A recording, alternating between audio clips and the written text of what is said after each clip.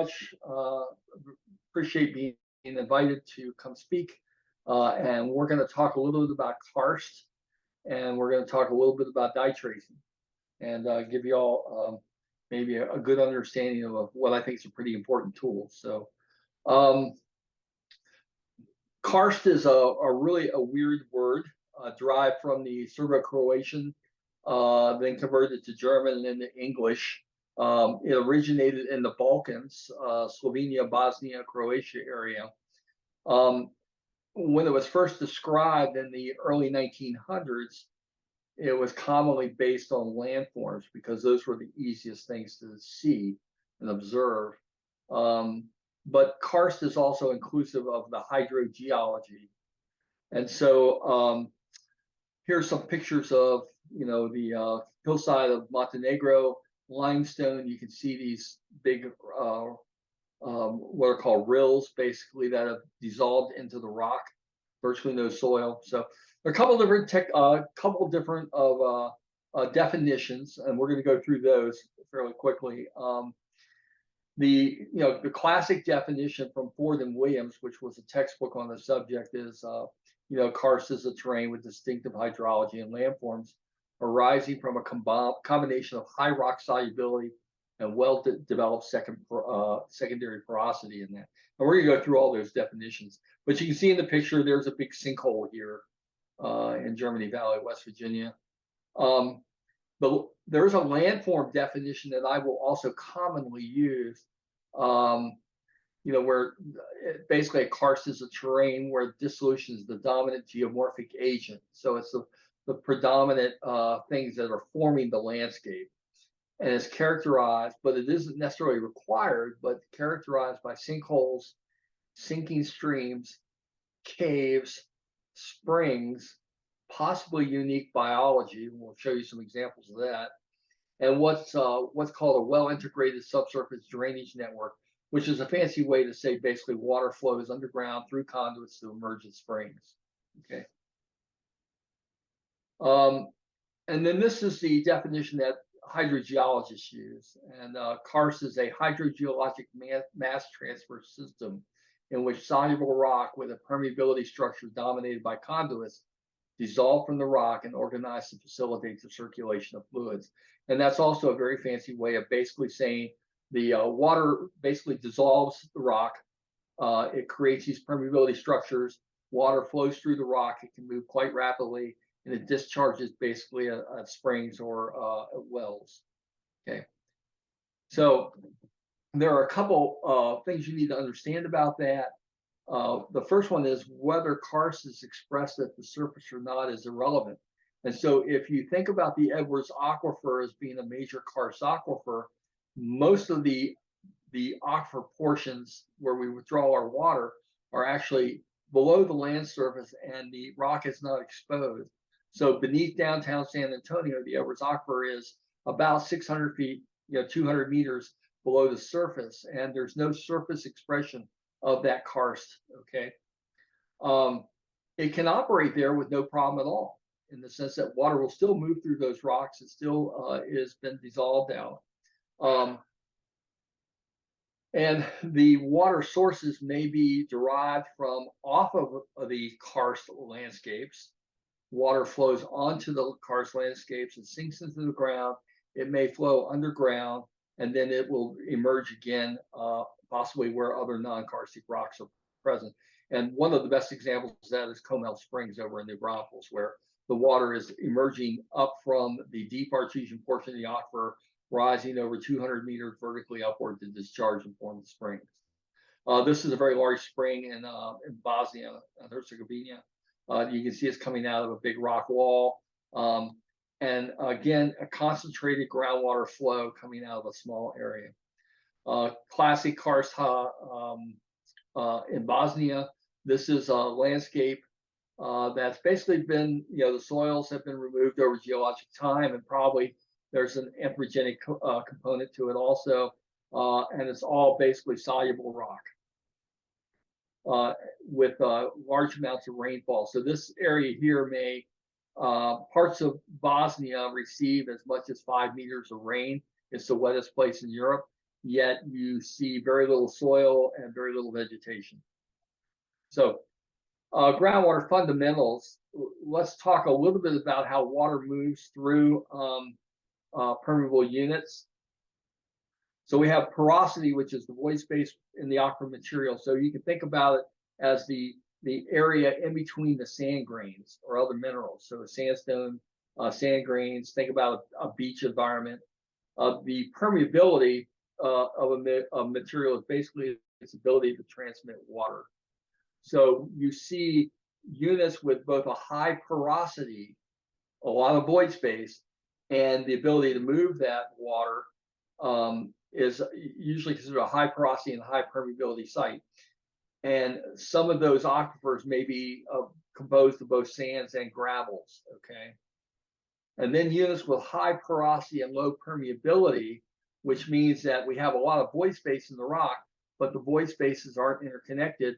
Good examples of that are shales and clays. They are plate-like structures that stack up, and they have a high porosity. There's a lot of void space in there for water. They may be fully saturated, but the material, the water or oil, doesn't move very well through those materials, okay? And then we have units with low porosity and low to high permeability. And what that means is that the rock matrix may have very, very low porosity. So if you want to think about a limestone or maybe a concrete sidewalk, you can wet that concrete sidewalk. It will absorb a little bit of water, but it won't transmit a lot of water. So what transmits the water in these karst systems, and that is the fractures and dissolution, the fractures, bedding plane partings, faults, and conduits. And that. So what we see in karst is a very low porosity in the rock itself, and then the spaces in between the rocks have high permeability. And you see mostly that is formed in, at least in the United States, in limestone and dolostone.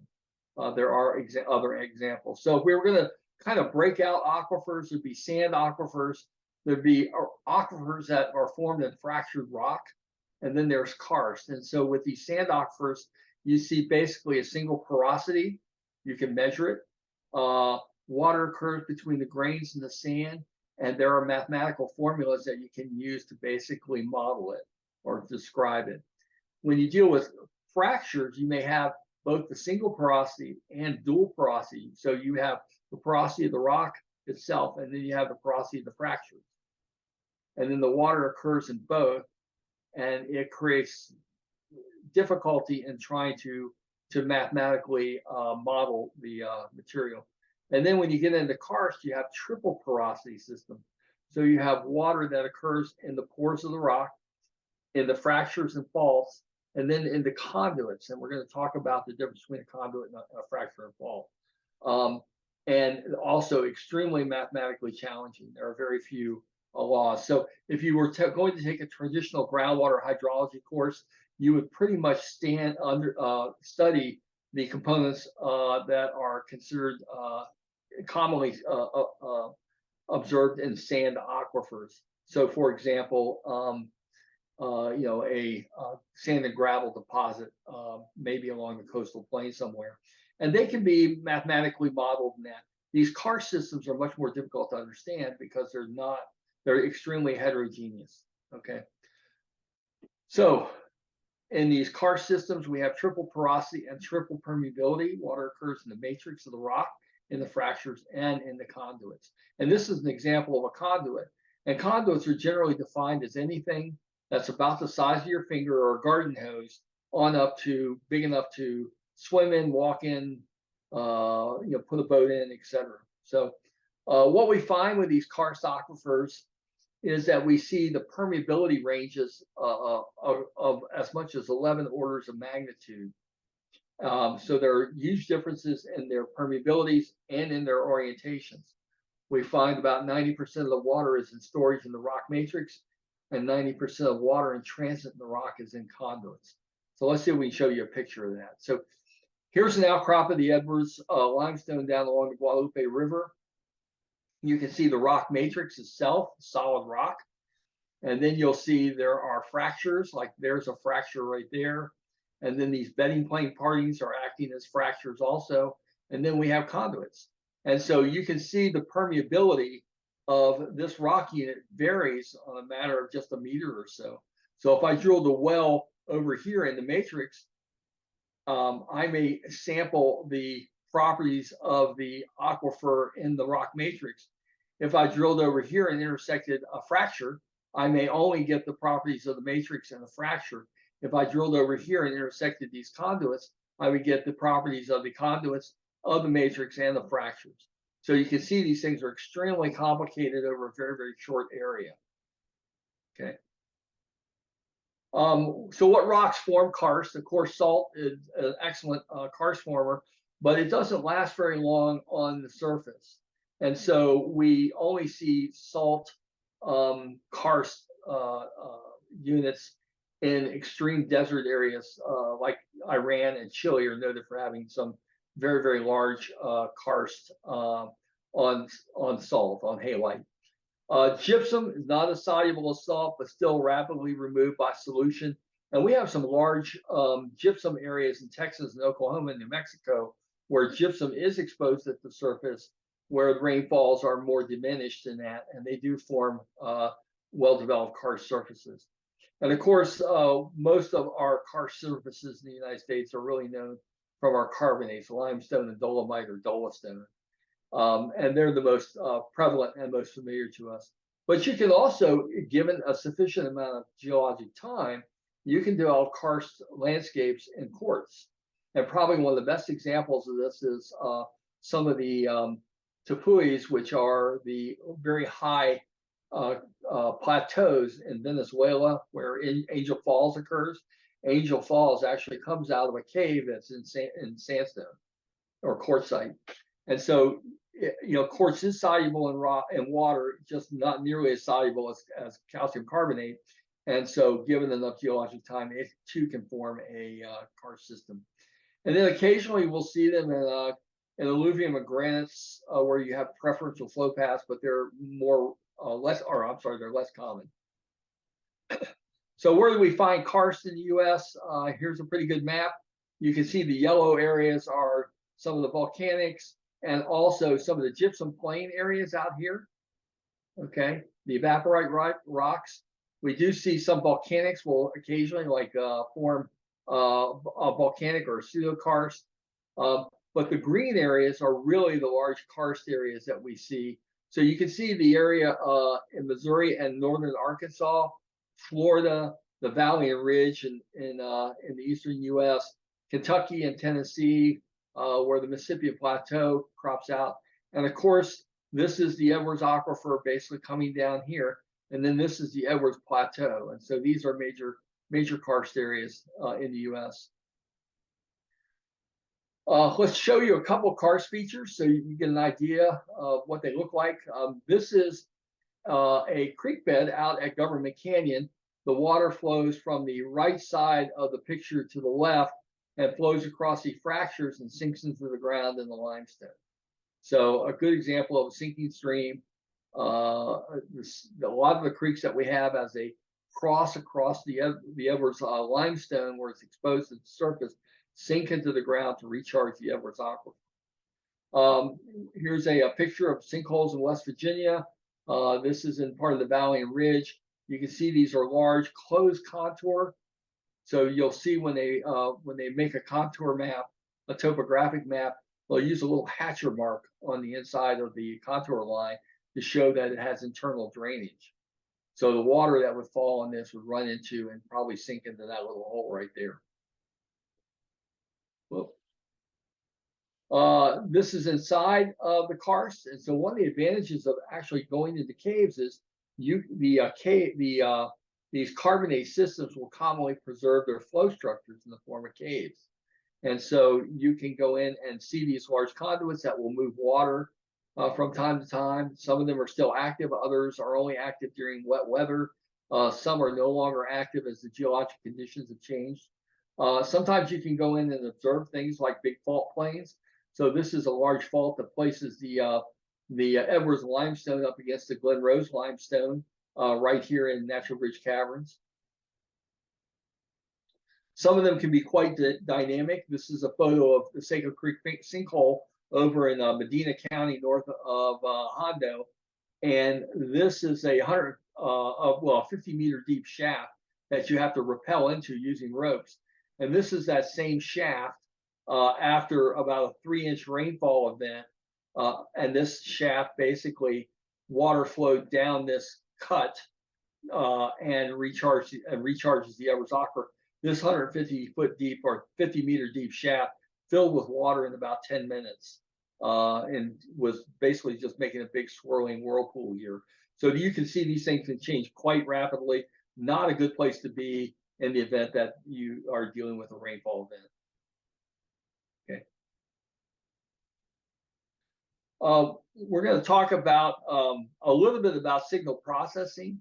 So hydrogeology generally is a remote sensing field. It's hard to actually see the fabric of the aquifer, with the exception of being able to go into caves. But if you tried to look at the fabric of a sand and gravel aquifer, you have to remotely sense that by either pulling out a core sample from the rock, testing well properties, etc. And so part of the problem is that collecting data on these aquifers, which are located beneath the surface, is sometimes hard and expensive. And so we have a serious problem with what's called aliasing. And that is, aliasing is when a signal of high frequency, like this red line, takes on the properties of a signal of low frequency based on your sampling points. So if I only sampled this aquifer once every 14 days, or maybe once a quarter, I might get this signal. But if I was sampling it every day or every minute, I would get a much different signal.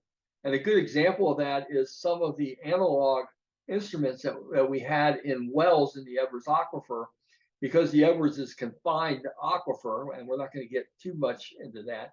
But let's just to say that the aquifer has is caught between two rocks of lesser permeability and is fully saturated with water. When we monitor those with analog instruments, with those, basically it's a chart with a pen and ink, we would see things like earthquake signals from the Sumatra earthquake come through the Edwards and cause the aquifer to compress and dilate as that pressure wave came through. And we would see as much as 3-foot changes in water level for over a half an hour. That, if I was only sampling once every 14 days, I'd never see. So your sample frequency is a pretty important concept.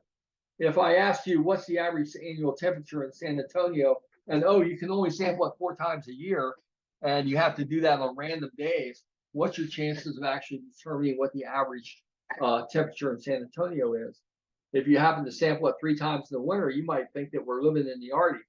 If you sampled it 3 times this summer, you think we were living in the Chihuahuan Desert. So your sampling frequency is really important. And that comes into play when you're dealing with aquifer characteristics. So this is a plot of water levels. So this is water level in elevation. And you can see the water levels are dropping here. This is a scale of feet. And the water levels are dropping. And then we get a little bit of rain here. So we get about 8/8 of an inch of rain. And you see the aquifer levels bump up. And then they continue to decline until we get another really nice rain event. And then we see water levels come up about that's about 8 feet. We also see here is conductivity. And this green line is basically representing the amount of dissolved minerals in the rock. And when we see the water level respond to the 1.6-inch rain event come up, we see the water chemistry, basically the conductivity decreases, comes down, and then starts to come back up. And this is basically a signal of fresh water entering the aquifer. So, and then as the water, which is aggressive because it's rainfall, starts absorbing a rock, it becomes, it has more dissolved solids in it. So therefore the conductivity increases. So this is a really good example to show you how dynamic some of these systems are. This is an 8-foot rise. We've recorded as much as a 150-foot rise in water levels in some areas of the aquifer in a matter of 24 to 48 hours. So it's a very, very dynamic system. And let me back up. And accordingly, you have to design your monitoring system if you want to know about water quality based on this function. Because if I only sample this once a quarter, once every 3 months, or maybe once a year, or maybe once every 5 years, I'm going to miss these signals. I'm going to end up with a serious aliasing problem. And that has to do with how you represent the conceptual model. How does this aquifer function? Why is it important? If I had a spill out on 1604 of hazardous materials, it could very quickly wash into the aquifer and get into a well. And if my conceptual model is, oh, groundwater moves very, very slowly because I only sampled it once a year and I didn't see these dynamics in the aquifer, you're going to mismanage that spill response. Some of these can be very impressive features. This is a 50-meter deep shaft in northern Alabama. You can see water pouring over the side of it. Some of these can get quite large. The highest waterfall in the eastern United States is in a cave in North Georgia, and it's 510 feet high. And very few people have seen it. But it's the deepest shaft in the United States also. We talked about water goes in, just showed you some pictures of water going into some of these aquifers. This is a big spring, Blue Hole in Santa Rosa, in Mexico, and it's about 80 feet deep. And you can see this little, I think it's a 10 foot by 10 foot triangle laying on the bottom. So very clear water coming out of many of these, and it discharges to form the headwaters of a small river. So these things may be greatly modified. This is a big swimming hole. Other times they'll come out of caves, and you can see this big stream here. And these things can respond very quickly to rainfall. And so this may actually flood and actually fill this cave passage up in a matter of minutes to hours.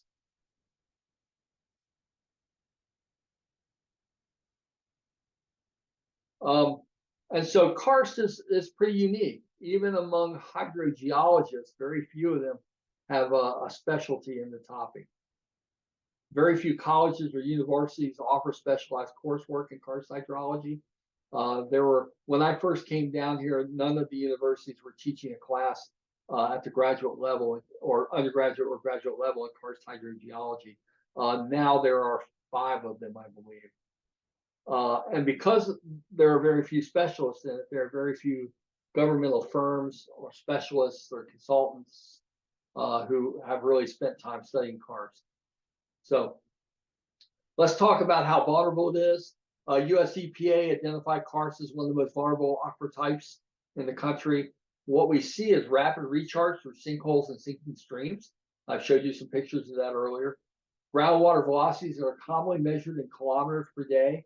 So if I was going to tell you the average groundwater velocity in a sand and gravel may be anywhere from 1 foot per day to 1 foot per year, when you measure groundwater velocities in kilometers per day, you know you've got rapid groundwater velocity and the ability to move contaminants quite quickly through a system.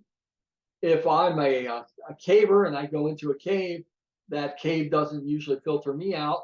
And if it isn't filtering me out, it's certainly not going to filter out pathogens or contaminants, gasoline, diesel fuel, or many of the other things we have.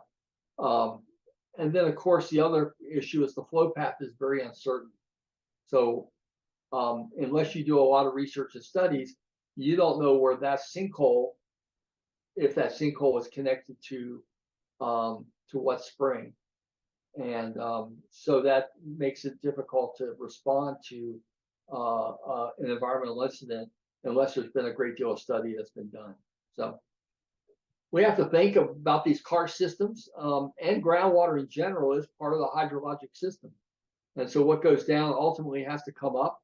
With karst systems, it comes up much, much quicker.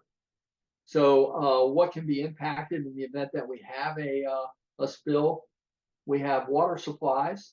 We have subsurface ecologies, of which the Edwards Aquifer is one of the most prolific groundwater systems in the world related to subsurface ecology.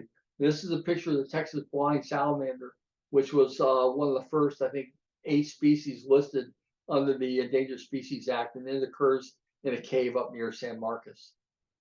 We see recreational resources. Caves are used for recreation and for research, and as well as springs. So if you think about Comel and San Marcos Springs, they're both very important recreational resources, especially when it gets 100 degrees out and people like to jump in the river with a tube.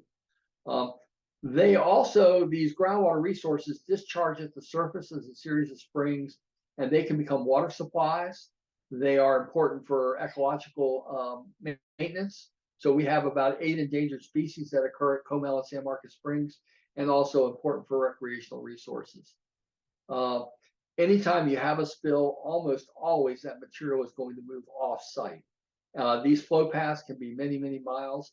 Matter of fact, the Edwards Aquifer itself, the flow path is over 150 miles long.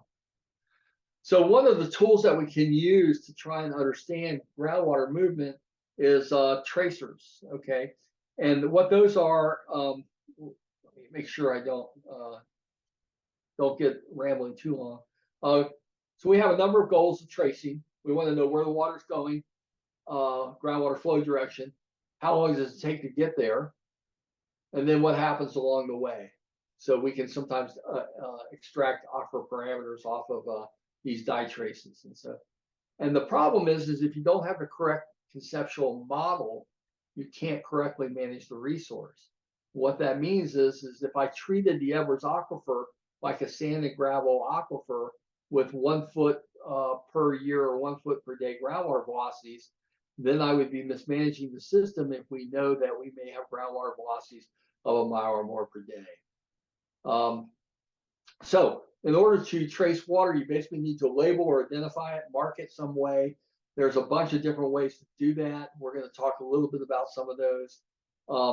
Tracing has been, tracer testing of water using fluorescent dyes has been around for over 100 years, so it's not super new. We have a couple different types of tracer tests themselves. We have qualitative, and that is wanting to know is the dye or present or not.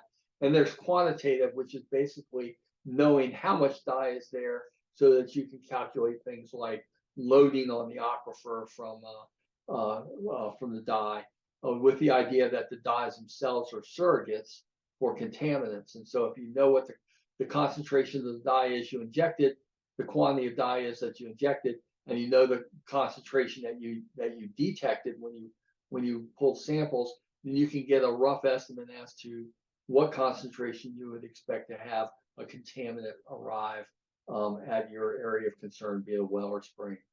There's a lot of work putting these things together.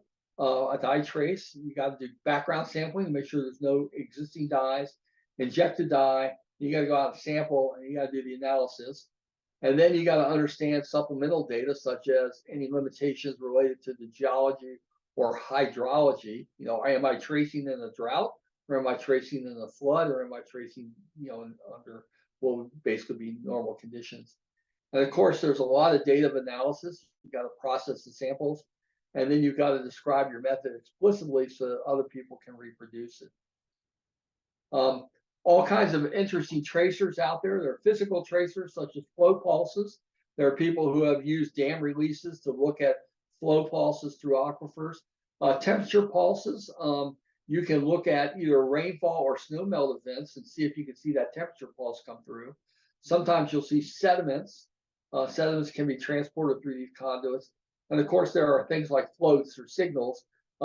People in the past have sometimes taken barn sweepings and injected into a sinking stream to look at what's coming out.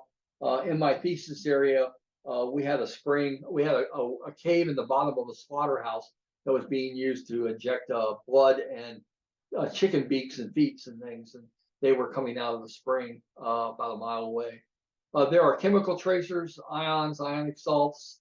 Non-ionized compounds include organic compounds, dye, gases, and fluorescent dyes. There are also isotopic tracers such as tritium, and then there are biologic tracers. All of these can be used. All you're doing is uniquely labeling water. But there are certain desirable properties that you want to look at.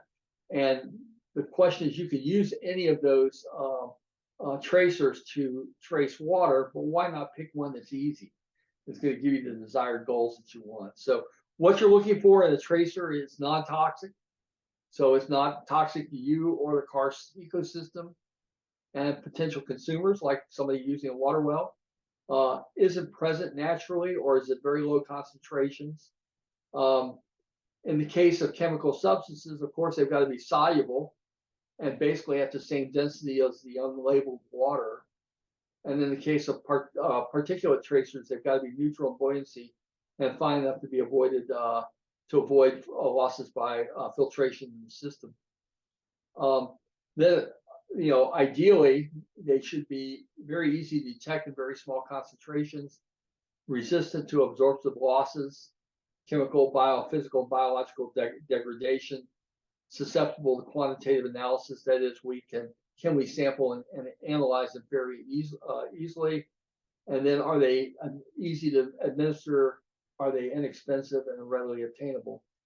And non-toxicity is the most important characteristic. And then, of course, no tracer satisfies all the criteria all the time. But we do find that fluorescent dyes seem to be very suitable. And over a century of use with fluorescent dyes, there's never been any reported damage by other humans. However, it's as my friend Steve Johnson has said, it seems to be highly toxic to species. Sacred cows, we think we know what's going on. We commonly base our reputations and arm waving on what we think is going on, and dye tracing will give you the truth, and it's hard to argue with that. So it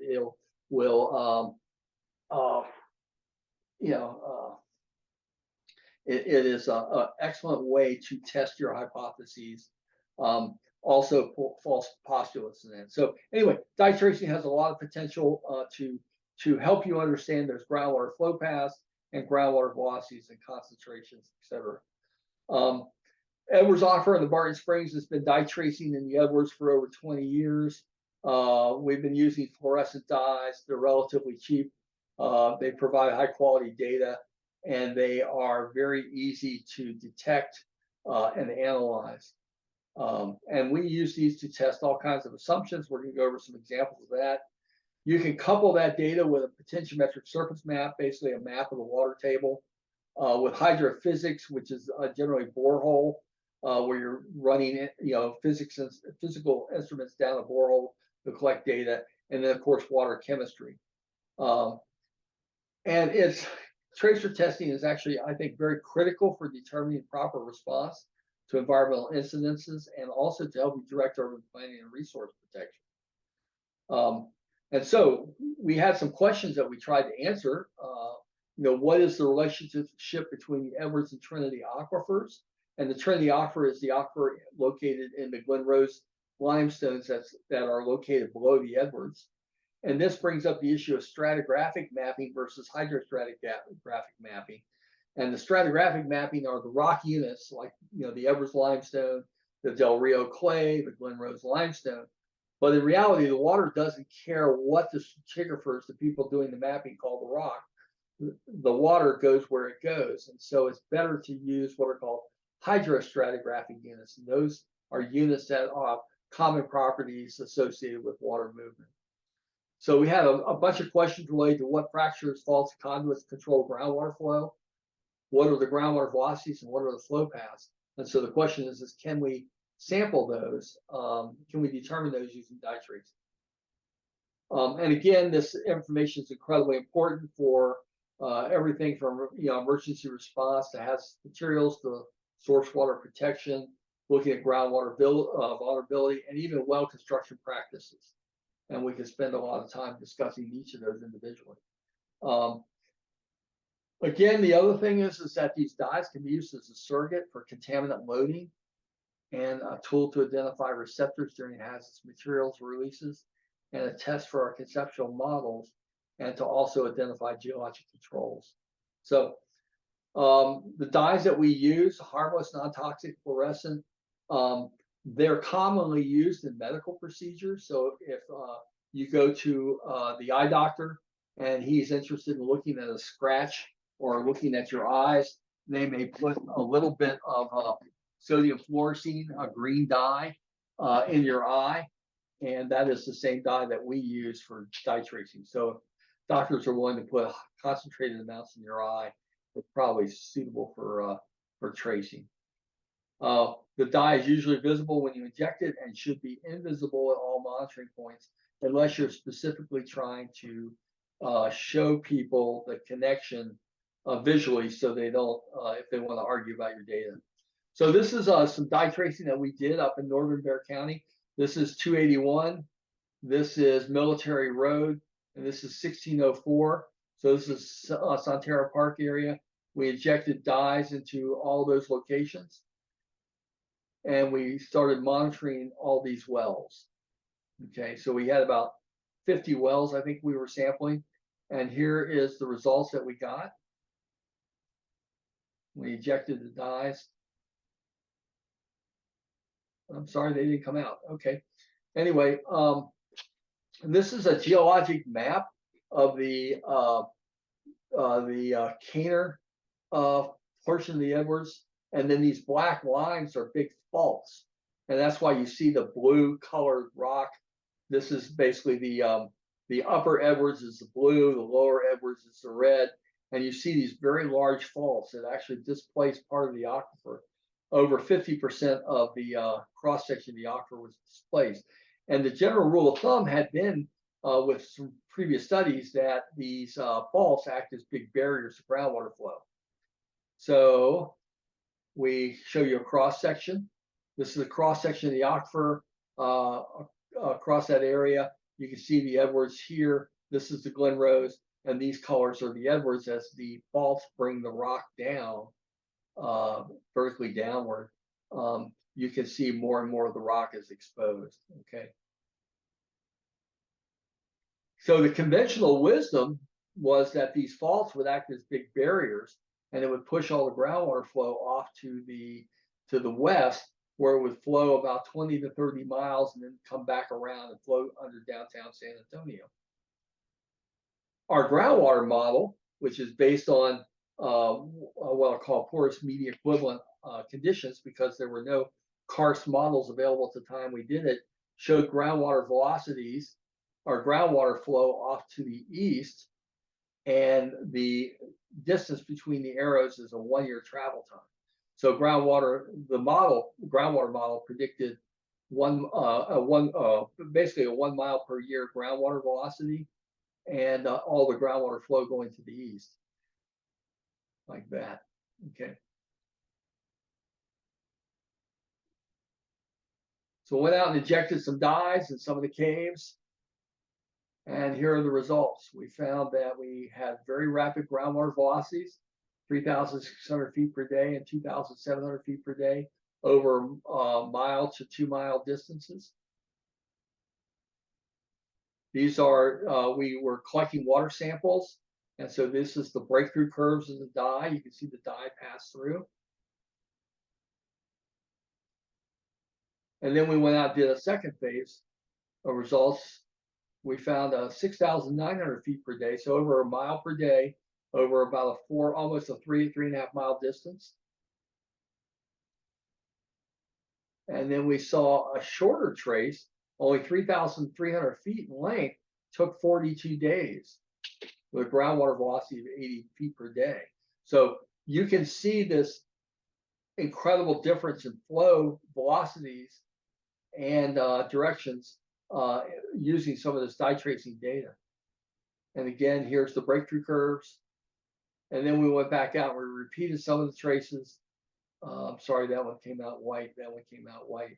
So we saw, again, very rapid groundwater velocities of 2 miles per day, 2.5 miles per day in some of these traces, over a 5 mile distance, basically. And they all went to similar wells. And these are the breakthrough curves that we were seeing in the dyes that we got.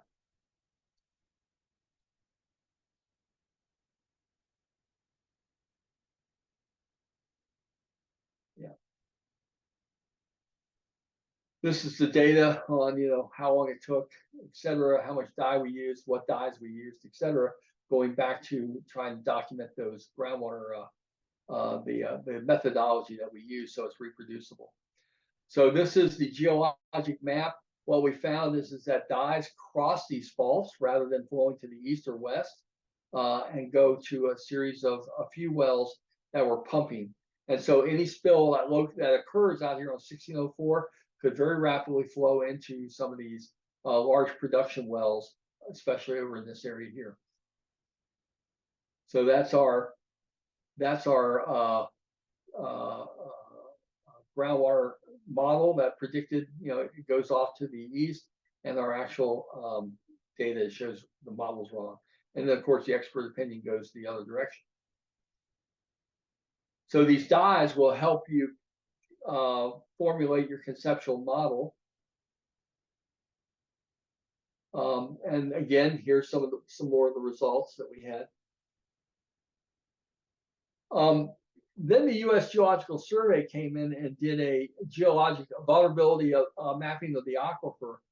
And these are using GIS tools where they assign parameters or they numerically assign values to certain parameters that are then stacked to create groundwater models. And so this is the groundwater model. This is the aquifer vulnerability model. And you can see where we've done some of these dye traces. They have assigned a very low value in this area to aquifer vulnerability, when in reality our dye tracing is showing groundwater velocities of 1 to 2 miles per day. And so I think what's happened is we've got the mapping wrong here. We have assigned parameters. We've taken a very complex physical environment, the geology, topography, the vegetation, et cetera, made certain assumptions about their characteristics, created a map, and our assumptions that we have or our numerical modeling of that is out of kilter somewhere, because I think that if you have a groundwater velocity of 1 mile per day, it ought to be down here in the red zone.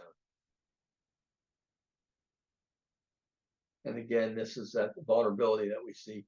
They assigned certain values to faults here. They assigned certain values to the geology, what the exposed rock on the surface, other values to caves, etc. And it appears that we probably rely on this. If we were relying on this, we would probably mismanage the aquifer. So it was an important effort to see if you could correlate some of this stuff, but the dye tracing basically helped prove up that this is probably not a very reliable method. This is a map of the dye tracing in the Mammoth Cave area. This is the Green River is in blue there. This is the Barren River in blue here. These are the about 500 dye traces that have been done in the greater Mammoth Cave area. And Mammoth Cave itself is right here. And you can see these white are groundwater barriers. And then, so there are some major transportation corridors that run both rail and Interstate I-65 that run across this region. There have been a number of spills that have occurred in this area. And you can look at this data on, like a topographic map scale, and you can determine whether it can help you determine the direction of groundwater flow. These traces, many of them have been reproduced both during low and high flow conditions. We found that, for example, some of these locations here, if you inject dye in the summer during low flow conditions, it may take 3 weeks to a month or more for the dye to come out in the spring along the river. If you did the same trace in the winter after a heavy snow melt, you may find it would only take 12 or 14 hours. So how you respond to hazardous material spills, or how you deal with your regional planning issue, having these conceptual understandings of karst through dye tracing, that can go a long ways to help you understand best way to manage the resource. So conclusions, karst is a unique and vulnerable terrain. We've seen rapid groundwater velocities in some of these karst systems. There's uncertain flow paths that can only be discerned after a great deal of field work. They're difficult to investigate. They're fairly expensive. There's very little or no filtration that's occurring of contaminants. They move contaminants quite quickly and very little attenuation. Pathogens as well as chemical contaminants are a threat to public health and the environment. There's an excellent example of that in Walkerton, Ontario, Canada, where waste from a cattle operation was washed into a sinkhole, which was then intersected by a well. And the city of 5,000 people, 2,500 people got sick. And when they went to the doctor's office, one of them went to the doctor and said, I've got diarrhea and vomiting and other issues. And the doctor said, well, it sounds like you got food poisoning. Go home and make sure you drink plenty of water. And the problem was the water was contaminated with what's called E. coli 0157H7, which is a pretty nasty bacteria commonly associated with cattle waste. And I think 7 or 9 people died from that outbreak, and literally 2,000 people got sick. And so it shows you the vulnerability of some of these groundwater systems if they're not managed and maintained correctly, and also have active chlorination systems in them. What could very well happen. And this is my last slide. This is a old well, and it used to have a motor, a big pump basically bolted to that plate, and they took the pump off to work on or salvage it or whatever. And there was a homeless camp here nearby, and we found these folks were using this as a toilet. So they were basically defecating down the well, and that's toilet paper. So this bypasses any sort of process and puts human waste directly into the ground. So I'd be happy to answer any questions you may have, and thank you for your time.